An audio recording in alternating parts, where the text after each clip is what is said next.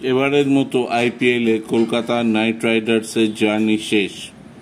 এবার আর কিছুই করতে পারেনি শাহরুখ খানের প্রিয় দল। কলকাতার সমর্থকদের মন খারাপ হওয়াটাই স্বাভাবিক। সবচেয়ে বড় ভিলেন ধরা হচ্ছে ভেঙ্কটেশ আইয়ারকে।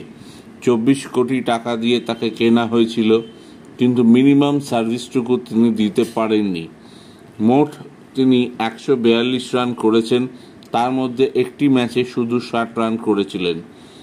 ভেতরের খবর, অধিনায়ক হওয়ার দৌড়ে এগিয়েছিলেন ভেঙ্কটেশ, কিন্তু পরে ম্যানেজমেন্ট অভিজ্ঞতার কারণে তাকে ছেড়ে ক্যাপ্টেন করেন অজিঙ্কা রাহানেকে। এটাই মেনে নিতে পারেননি ভেঙ্কটেশ এবং ইচ্ছে করেই তিনি নাকি খারাপ খেলেছেন। তার ব্যাটিংয়ে কোনো দায়বদ্ধতা ছিল না, ক্যাচ ফেলেছেন, যা তা করেছেন। তো এরম প্লেয়ারকে, অনিচ্ছুক ঘোড়াকে শাহরুখ খান আর রাখবেন না, এটাই স্বাভাবিক। আর তার সঙ্গে চন্দ্রকান্ত পণ্ডিতকেও আর কোচ হিসেবে কলকাতায় দেখতে না পাওয়ার সম্ভাবনাই বেশি। অভিষেক নায়ারই চূড়ান্ত দায়িত্ব নেবেন হেড কোচের।